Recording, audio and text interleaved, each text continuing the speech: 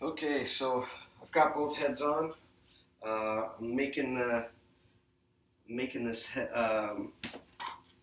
drum for my drummer, Mark Whelan, in my marching band there at Centennial. Shout out to Mark Whelan. Hope you like that.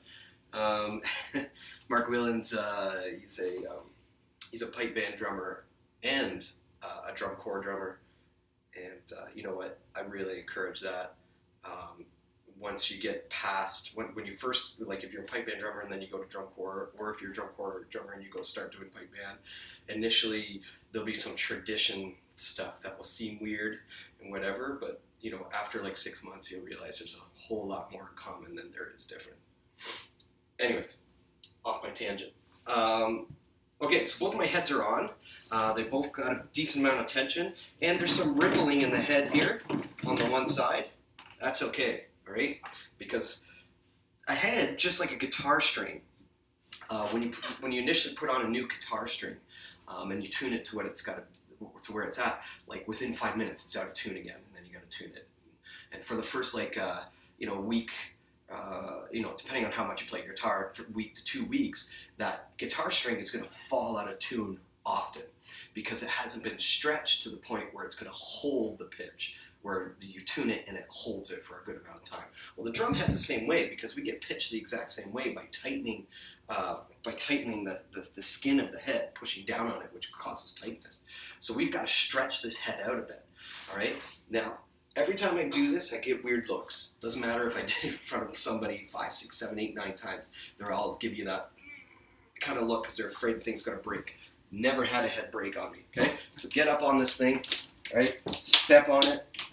Keep your heels towards the back of the rim and just walk on it. Stretch it out a little bit. Okay? I'm not saying stomp on it. I'm also saying don't get on the head with your shoes on. These are nice soft feet, and I'm just using my body weight and doing nice, gentle, circular walk where the heels of my feet are up where closest to the rim, which stretches that portion out. Okay? So that gets that stretch out. Now this is going to be a couple-day process. So now my head is super floppy. There's all kind of floppiness in it. That's okay. We put some more tension on. Okay. What I want to do is I want to get this head so that to the point where when I put tension on it, it holds that tension and doesn't loosen. Okay. Some people will just kind of, just keep putting tension on until it gets to the point where it stops doing that. There's nothing wrong with that either. But this is a great technique to where if you have a head that gets pierced before a competition or something, like a day before a competition, that's okay. Don't be afraid to, don't be afraid to change. If you put a little hole in the edge, don't just go, we'll have to change it after the competition. Pull the thing off, throw a new one on, put some pressure on it, start walking on it, walk away from it, come back a couple hours later, put some more tension on it, walk on it, stretch it out yourself, and you'll be ready for competition.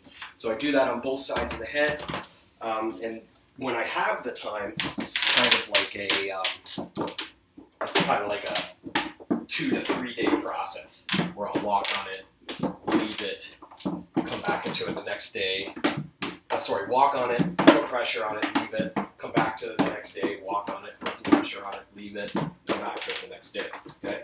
You're just trying to get that head to the point that it's not going to loosen on you when you get it to the pitch and when you get it tuned the way you want. Okay?